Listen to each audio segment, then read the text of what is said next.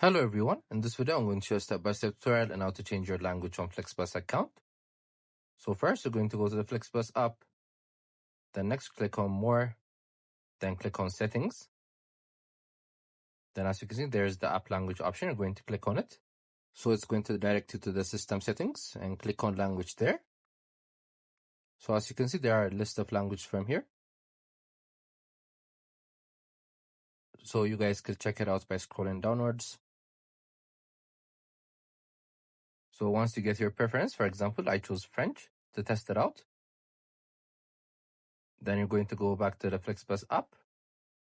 Then as you can see, to change the language, you guys could do the similar step. Go to your settings and click on the language you want. So when you go back to the FlexBus app, it's going to change the language for you. So this is how you basically do it. It's an easy step. I hope you guys liked this video. Subscribe for more, like for more, share for more. I hope to see you again. Goodbye.